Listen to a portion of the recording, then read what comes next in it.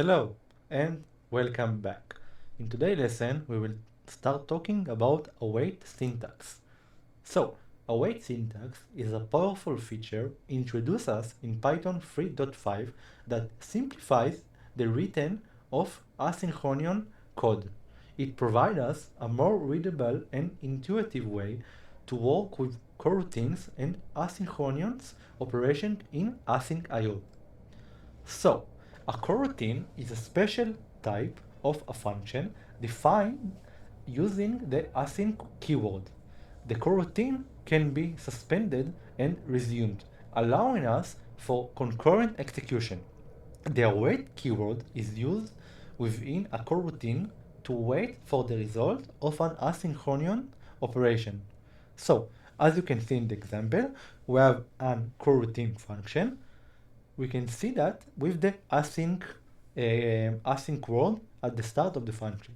So we have a coroutine, async def my coroutine, we print the coroutine started, then we use the await. Don't worry, we will have a slides about the await and some code exercise about the await. We sleep for 1 second. We sleep in the asynchronous way. We don't use the time.sleep. We use the AsyncIO.sleep to mimic some to simulate some of a CPU bound method, and then we will print the coroutine completed. So let's talk about the awaiting coroutine. The coroutines can await other coroutines or asynchronous operations. In this example, the main coroutine awaits for the completion of the my coroutine, as we saw in the earlier slides about this function. The asynchronous.run function creates an event loop and runs the main coroutine. So in the main part, we use the AsyncIO.run. Each time to run the asynchronous way, we use the AsyncIO.run and we run the main. And in the main function, we have a wait for the my coroutine.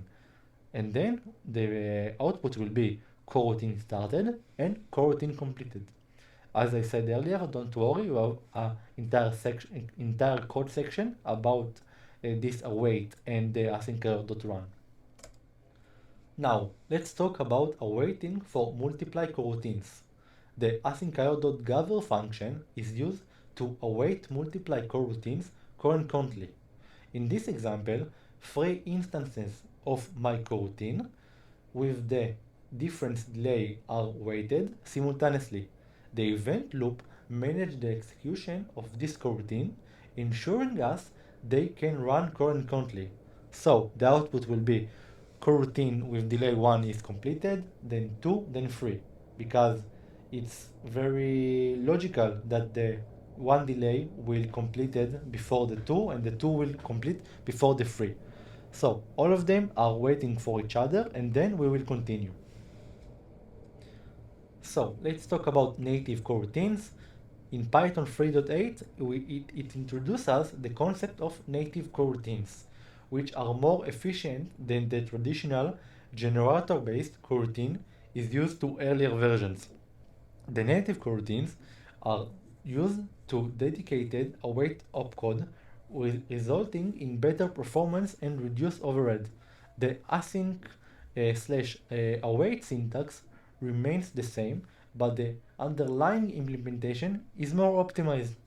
So let's see async comprehensions. So it's like list comprehensions, but we will call it async comprehensions.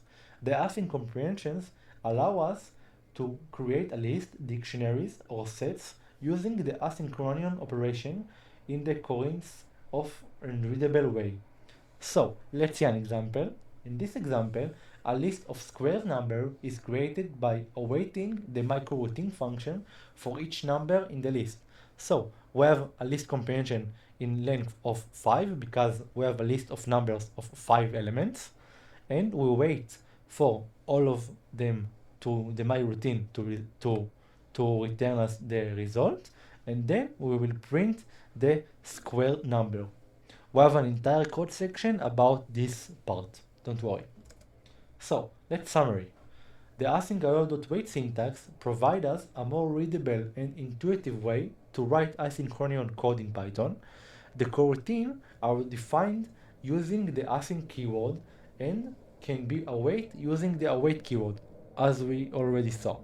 Native coroutines, like list comprehensions and all of that, introduce us in Python 3.8, offer improved performance and reduced overhead. I hope you installed Python 3.8 and later. I used in the course with Python 3.9. The async comprehensions provide us a convenient way to create collections using the asynchronous operations.